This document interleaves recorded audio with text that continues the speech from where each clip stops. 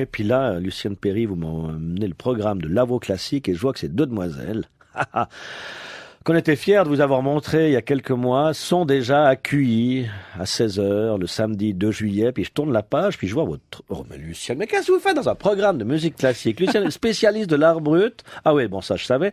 18 heures le jeudi 30 juin. Faites un duo? Un duo avec Charles Sigel. Mais vous faites pas de la musique. Non, je fais pas de musique. On va parler de marginalité et d'art brut, bien sûr. Ah, des intervenants de premier rang, comme vous, éclairent à leur manière les contextes de la thématique hors limite. On devrait dire borderline, non, ce serait plus drôle. Penseurs, écrivains, journalistes, cinéastes et fortes personnalités nous livrent le meilleur de leurs connaissances en conversation avec Charles Sigel. Ah, ben il a pas mis vieux pour trouver encore des occupations, Charles. Hein, ah non.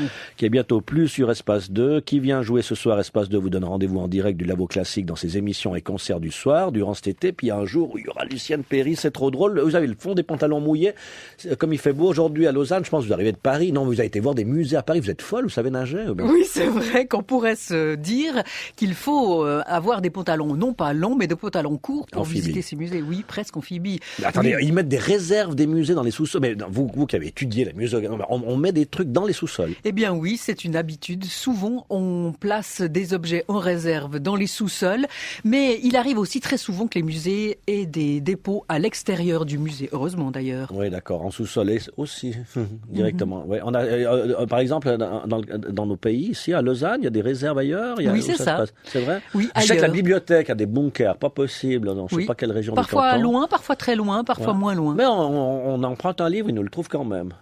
C'est sympa. Et pourtant, Dieu sait si dans une bibliothèque, le plus embêtant, c'est pas le livre, mais le lecteur. Hein. C'est lui qui fout du désordre. Les livres, ça se conserve bien. Alors, vous avez été dans quel musée à Paris? Alors, parmi les milliers de musées qu'il y a à Paris, eh bien, il y en a un qui me plaît énormément, c'est le musée du Quai Branly.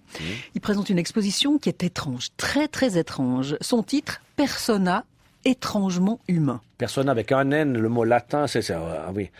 On a oublié ce que ça veut dire persona, mais il y a sonnet et puis père à travers, c'était une espèce de masque où le porte-voix, où le comédien pouvait se faire entendre, ou le tragédien, persona, et être capable de traverser le masque.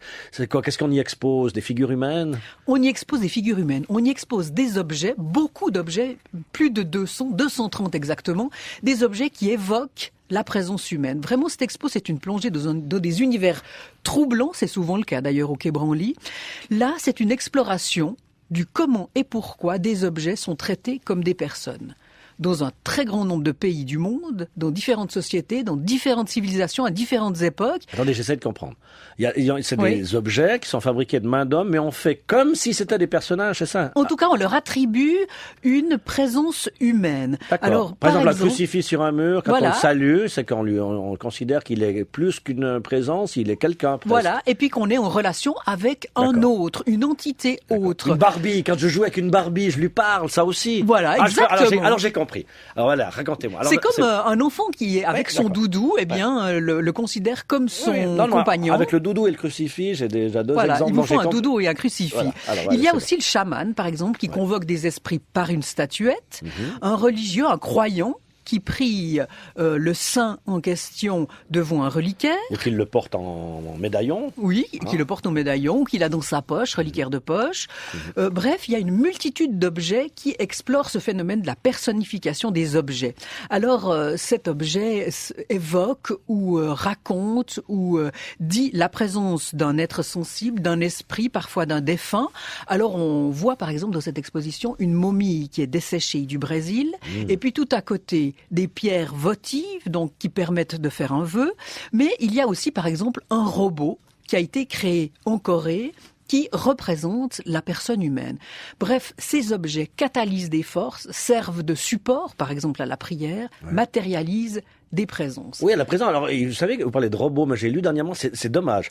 Si on s'était vu avant, on met des petits robots maintenant dans certains IMS. Et les gens ont véritable contact avec. Oui, ça a été tenté dans le canton de Vaud déjà. Donc, c'est vraiment une présence qui est plus facile à gérer qu'un chat, par exemple. On n'est pas allergique aux robots. Et puis, ça stimule encore l'imaginaire.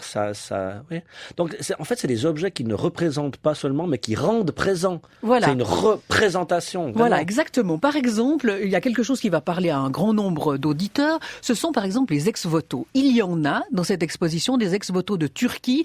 On rappelle juste que les ex-voto, c'est des offrandes faites à un dieu en demande ou en remerciement d'une grâce obtenue. Par exemple, on est malade des poumons, eh bien, on va choisir un petit objet qui représente les poumons pour être en relation avec l'au-delà. Mais dans le christianisme, ça existe aussi. Moi, j'ai vu ça. À Fatima, on peut s'acheter, par exemple, des fesses en cire ou des genoux en cire. Si vous avez mal aux mains, aux reins, aux seins, vous avez tout ce qu'il faut, puis vous les faites brûler devant la Vierge, et puis peut-être qu'elle vous guérit. Ou on l'en remercie, Donc, c'est des objets qui portent un peu de nous-mêmes. Voilà. Qui portent de nous-mêmes, qui portent de notre énergie et qui nous permettent d'être en relation avec l'au-delà, l'entité de l'autre. Alors, en fait, on voit ici des mains en argent, on voit des pieds, des jambes, vous savez, de tout petits objets qu'on pourrait tenir dans la main, et c'est un remerciement pour une maladie dont on a guéri. Ces ex-voto là donc, que vous me montrez, c'est les ex-voto, c'est pas dans le monde catholique, ça, c'est autre chose. Ah oui, d'accord. Exactement. Et puis ça m'a fait penser aussi à quelque chose que vous connaissez aussi, ce sont les objets en cheveux, les souvenirs en cheveux. Oh, on en avait beaucoup parlé parce que dans le canton de Fribourg, quand on avait un mort, on amenait ces mèches de cheveux à des sœurs, je sais plus lesquelles, vous savez ça mieux que moi, qui les bénédictines souvent. Bénédictines qui en faisaient une espèce de reliquaire, de relique. Exactement. Parce qu'en fait, il a été étudié, ces reliquaires ont été étudiés et il est démontré que les cheveux peuvent être en connexion, dit-on, avec des personnes avec lesquelles, des personnes défuntes, malgré le temps qui a passé, malgré la distance, ce sont comme des souvenirs fantômes qui évoquent la présence de la personne disparue. Il y a d'autres œuvres dans cette exposition. C'est donc ça ressemble un peu à une idole. Ça, non, peut-être une marionnette, mais on sent les deux. Une marionnette idole. D'ailleurs, c'est une marionnette qu'utilisaient des personnes en Mélanésie, dans le sud-ouest de l'océan Pacifique, des personnes qui, en fait, utilisaient ces grands personnages et ils les plaçaient au-dessus d'un rideau. Donc on est quasiment devant un théâtre, un petit théâtre, et des hommes derrière ce rideau les animaient, les faisaient parler, et ils parlaient eux à travers des tubes de bambou. Donc ces personnages, apparaissent dans des mises en scène rituelles et représentent des défunts. Mais on sait qu'on est au théâtre ou bien on croit qu'on est en comment dire ça? C'est une perspective spirituelle, une perspective théâtrale. Enfin, on n'est pas dupe. On sait que c'est un homme qui manipule et qui parle à la place du... Voilà. Mais en fait, on convoque les esprits des morts ou des entités mythiques. D'accord, donc il y a quelque chose de rituel, vraiment. Pas simplement artistique ou théâtral. D'accord, on est dans... Exactement. Et cette petite statuette est faite, on la voit d'ailleurs sur mon site. Et je répète que votre site c'est notesartbrut.ch, mais si on ne trouve pas, on tape Lucienne Perry, puis Google nous trouve le site, il est quand même génial. Alors on voit cette photo, c'est génial. Elle est extraordinaire. C'est un personnage dont on voit que la partie supérieure, puisqu'elle a été cassée, les bras... mais on placé en avant, les doigts très ouverts, un personnage qui est maquillé de bleu, de peinture bleue, elle est vraiment une sculpture magnifique qui convoque les esprits des morts. Et puis j'aimerais vous parler encore de deux autres sculptures que l'on voit, de deux autres œuvres que l'on voit dans cette exposition. On est au Mexique ici, on est au XXe siècle. Ce sont des papiers découpés avec. J'ai cru qu'on était en Gruyère. Oui, on pourrait croire qu'on est au Gruyère ou alors à Châteaudet. Mais vous savez qu'il y a une finesse que l'on retrouve dans les découpages faits au Mexique, comme d'ailleurs à Châteaudet. Il y a un jeu de symétrie qui est très important. Mais là, dans ces découpages faits au Mexique, le chaman découpe. Et par cette opération, il infuse au papier une partie de sa force personnelle. Donc, il est censé communiquer son énergie à ces œuvres-là. À chaque fois, évidemment, les découpages représentent des figures humaines ou alors des figures anthropomorphes qui ressemblent à l'être humain. Et on peut voir aussi que dans cette exposition, toutes sortes d'objets de découpage, d'objets bidimensionnels, tridimensionnels, évoquent la présence humaine. On a besoin de cette présence humaine dans le monde entier. Il y a un autre aspect de l'exposition que j'aimerais mettre en relief, c'est une partie de l'exposition qui présente des love dolls. Mais les love dolls, c'est quoi? C'est des poupées gonflables? Non, c'est bien plus que ça. Ce sont effectivement des poupées réalistes qui ont un corps, une peau de silicone. Ouh là là. Oui, alors un squelette de titane. Alors ça, c'est très réaliste parce que les dames se mettent de la silicone à l'intérieur pour ressembler de plus en plus à des poupées. Donc c'est normal que les poupées ressemblent aux dames, finalement. Alors sachez que ces personnages, ces figures sont tellement ressemblantes qu'elles pourraient passer, de loin en tout cas, pour des êtres humains féminins. Ce sont bien plus que des objets de plaisir, bien plus que des poupées gonflables, parce qu'elles montrent une véritable recherche de compagnie, de présence humaine. D'ailleurs, les fabricants de Love Dolls au Japon, la première ne date d'il n'y a pas si longtemps, c'était les années 80, eh bien, ces vendeurs, ces fabricants de Love Dolls vendent une compagne de substitution qui est grandeur nature, mais on ne parle pas d'achat, on parle de mariage. Ils font une petite cérémonie aussi. Ils font une petite cérémonie. On n'est pas très loin de ce qui se passait avec votre chaman tout à l'heure. Exactement. Et en fait, il s'agit d'une réplique réaliste. C'est plus qu'un simple trompe-l'œil. C'est une vraie partenaire.